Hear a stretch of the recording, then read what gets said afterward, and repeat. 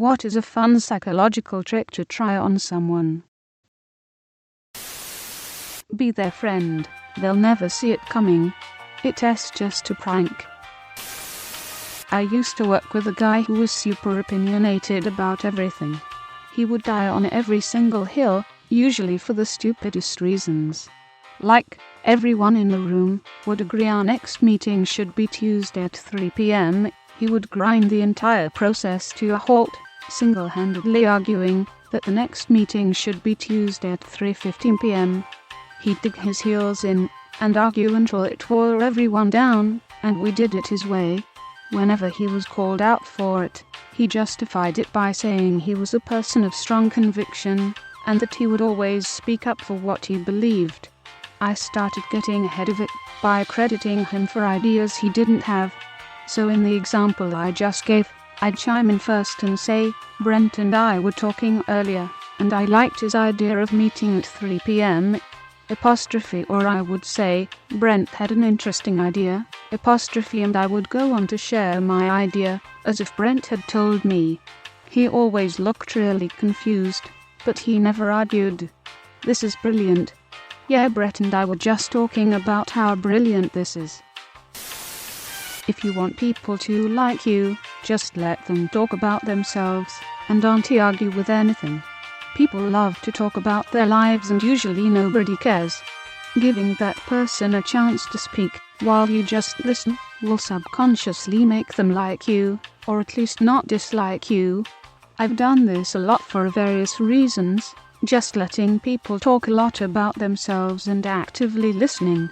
You do become closer, learn a lot about them, and they feel more like they can talk to you.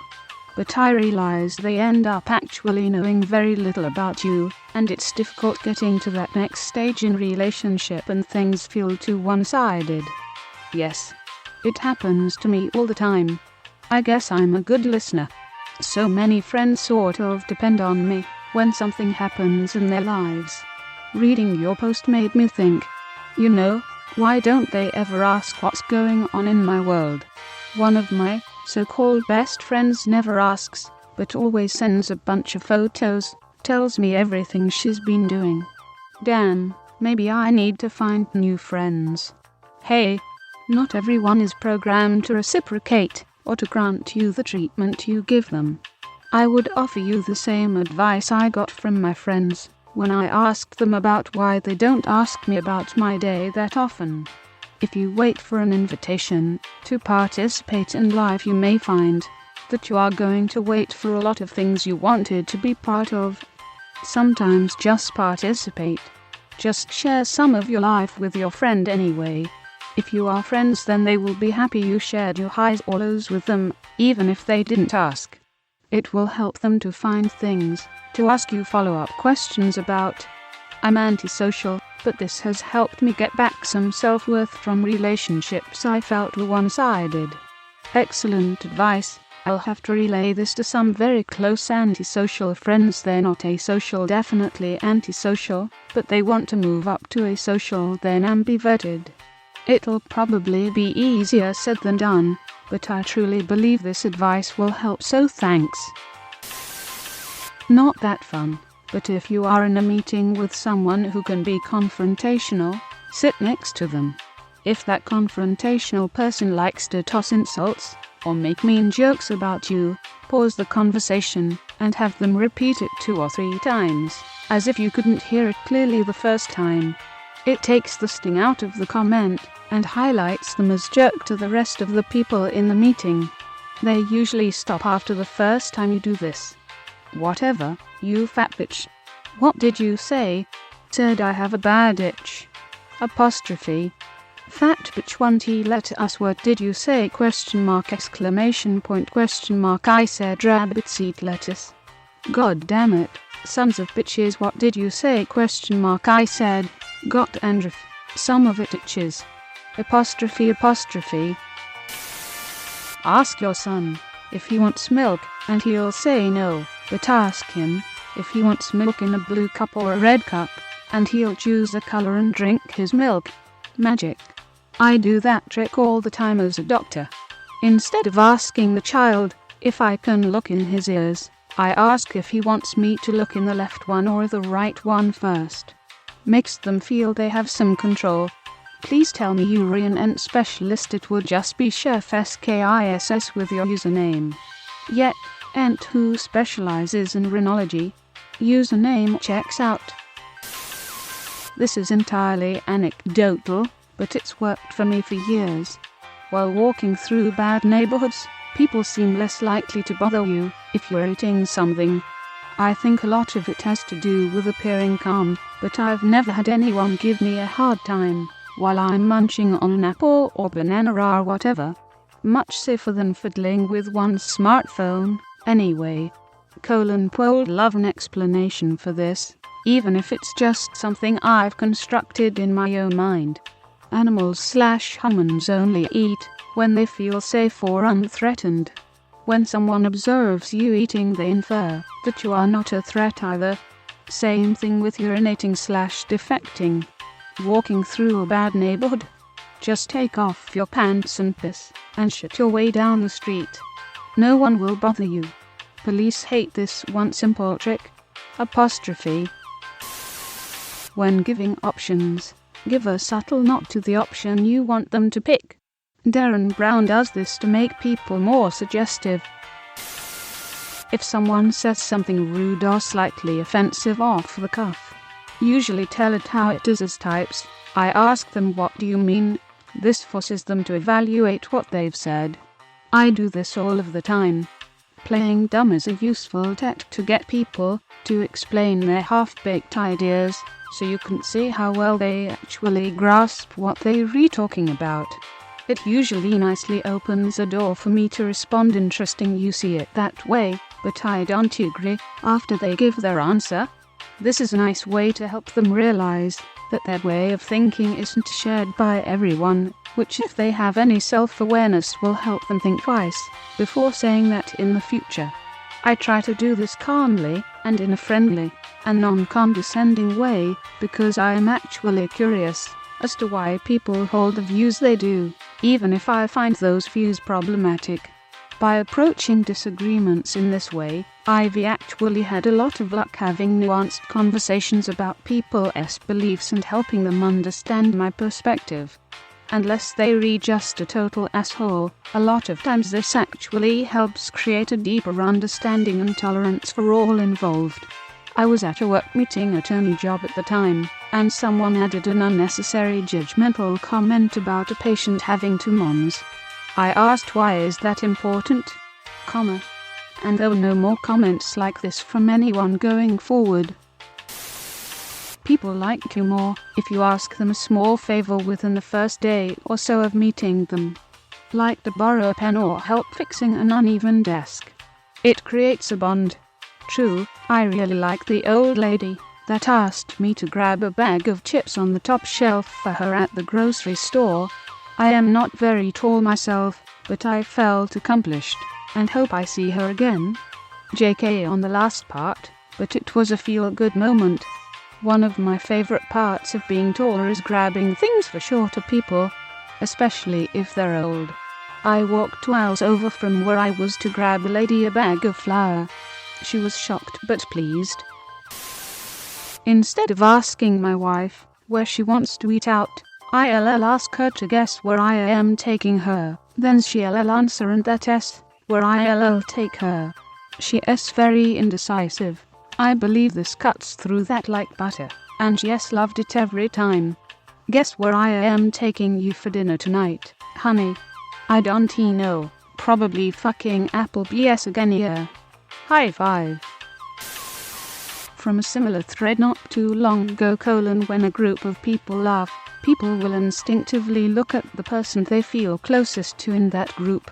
If you ask someone a question and they only partially answer, just wait. If you stay silent and keep eye contact, they will usually continue talking. That last part's a good one. Wouldn't work on me though. I'm socially awkward, and I would just give a short answer and keep staring back. If I can't / I'm not allowed to leave. Or emotionally checked out. I can think of a half-dozen times where I was comfortable just letting the silence stretch. Repeat the last 2 or 3 words in a sentence somebody just spoke, and they will usually expand upon that thought. This can help with conversations, when you don't know what to say exactly, but you want to learn more about the other person. The other person. Yeah, it works to keep the other person talking, that's the whole point. The whole point. Yeah. The reason they said what they said. If you're lying, always include some detail that is embarrassing to you. It makes your story far more believable. For example, instead of saying, "No, I wasn't at Jim St. James' house. I was with Randy the whole time." Try saying, "No, I haven't been to Jimson's in a while. I clogged his toilet, so I don't think his parents want me over there for a while. So me and Randy hung out." The extra embarrassing detail makes your story seem more truthful. It gets you out of a lot of shit. To tack onto this, if you can tell a lie, but keep it 90% truthful, it will be harder to catch. Most people who go to verify your story, besides trained investigators, will just stop and trust after 1 or 2 aspects have been proven true. The bigger the lie, the easier to spot. Sometimes, when I need a day off work, I use a story from earlier on in the month to get a day off. So, I'm telling the truth about something that actually happened, so I'll never mix up my story. Start whispering to someone for no reason. Almost all people will start whispering back automatically.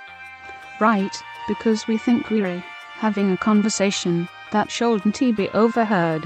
It's an adapted behavior. We learned this over many generations. We used it while on the hunt. When one hunter is quiet, he hears something, and others silence up to not true in the hunt. The ones that didn't shut up didn't eat. Damn it, Hugo. You're demoted to gatherer. If you want someone to do you a favor, phrase the question so that they have to say no to agree with you. Chris Voss did a really good video about how he was having trouble getting Robert Herjavec to commit to buying tickets to his seminar, so he emailed him saying, "Would you be opposed to buying 3 tickets?" Robert emailed him right back agreeing to buy 3. I've tried that many times and I can't believe how effective it is. The principle is that people like saying no because it makes them feel like they're in control. If you're asking for a favor, they're doing something for you. By letting them say no, they still feel like they're in control. So don't say, "Hey, can you do this?"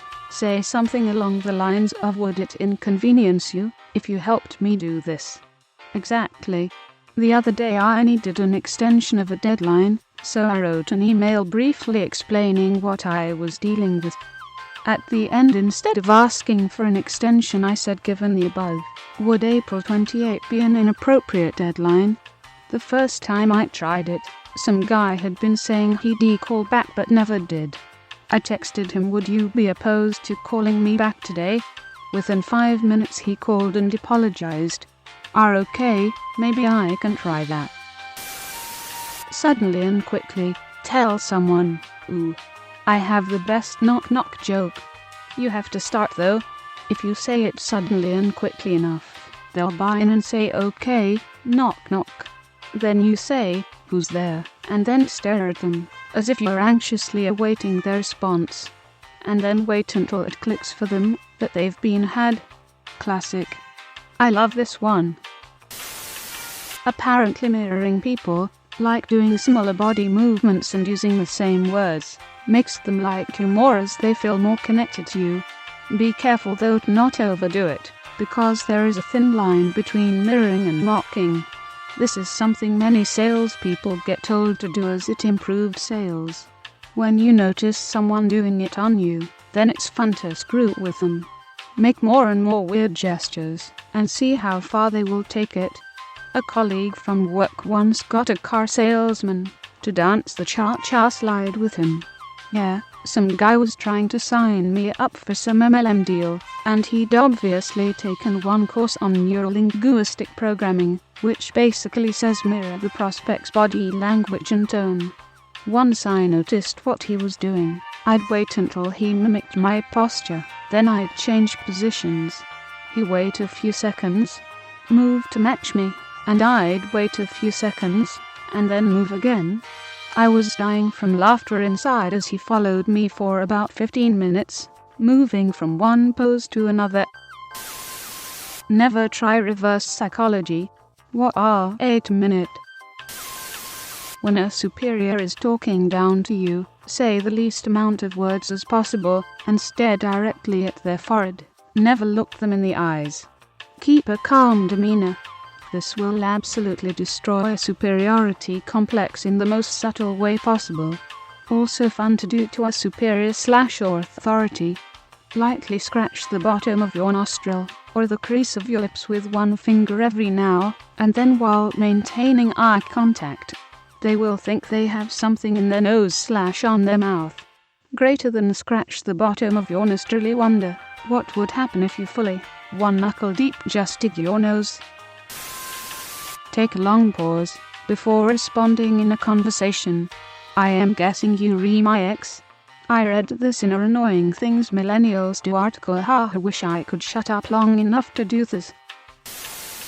Tell someone you only have 2 minutes to talk, and then start your conversation. The false time pressure can make them pay much more attention. But then you have to leave after 2 minutes. So it is not really false time pressure. If it's a good conversation and you stay longer, they feel special, important, and like you genuinely enjoy being around them. This works best in a professional setting, or with an acquaintance. It also goes back to the people won't always remember what you said, but they will remember how you made them feel. Apostrophe. Hand people stuff without saying anything. No matter what you hand them, they will take it first and ask questions later. I do this randomly, but not too often, with all the people I hang out with, and it never fails. It's hilarious. Came here to say this. This was my favorite trick through high school and college. Then everyone stopped taking things from me. Then we all had children, and got back into the habit of grabbing things they gave us. Cue evil laughter. Nope, I refused to accept anything from children after my niece handed me a baby chipmunk. That was not chill. I actually don't accept anything from anyone as a result, unless I can see it. Lol. She completely ruined my trust. The power of priming. Tell someone this. What is the word spelled SHOP? Make sure that they say shop, then immediately ask them, what do you do when you come to a green light? Their answer will likely be wrong. How do you spell fort? F-O-R-T. What do you eat your cereal with? Like 9 times out of 10 they'll answer fork. Then you hit them with the classic word, I eat my cereal with a spoon. Chopsticks. When you're trying to subtly pry someone for information, cause an awkward silence on purpose. 9 times out of 10, they will give more info away, just to fill the silence. If the person is shouting/aggressive/rude, talk more and more quietly with each response. They'll reduce their own volume alongside you. Or they just go speak up and stop mumbling, useless shit. Who's mumbling? I'm sorry, I can't understand you through all the yelling. Did you want to try that again with your inside voice? English, do you understand English, shithead fuck? I want to speak to your manager. No. Did you get all that? This is the produce section, and I'm shopping for oranges. I think your age has you confused. I don't have a manager as I am a customer. I'm going to move on from this, while you go your separate way, okay? This doesn't work on everyone, but I've had people carry my stuff for me by first asking them to hold it, because I have to tie my shoelaces, and while I do that, I'll ask them a question that they have to think hard about, and then just start walking again. It worked on my mom every time we went shopping for groceries up until I told her about it. And I once had a friend walk 4 kilometers with both our school bags, and we both died laughing when we got home, and my friend realized it. Died laughing, written by Stephen King. When ingratiating yourself to someone, Don't give the obvious compliment. Say someone has gorgeous, thick, long hair. Find something less obvious to compliment them on. It's likely they get a lot of comments about the obvious thing. A different compliment will stick with them more. You got a good-looking ankle. Buy an identical toilet brush, put it in the dishwasher, run it. Let your partner empty it, watch the reaction, and then let the person know you have been doing it for years, and how else is it supposed to get clean? That's just evil and foul. I personally enjoy asking people what time it is after they look at their phone or watch. 9 times out of 10 they have to check again, usually with a confused expression, because they should know. Sometimes I pull my phone out of my pocket specifically to check the time. If I have a text message, I respond to that, put my phone away, and have no idea what time it is. Then I go wonder what time it is. Rinse and repeat. Strong of you to have a message to distract you. I can sometimes read the time 3 times in a row and still have no clue what time it is, but I'll have a 11.23 number in my head for a while. Doesn't help that I type both dates, hours and decimal numbers regularly in my job. Play dumb when you know someone is bullshitting to see how far they take it.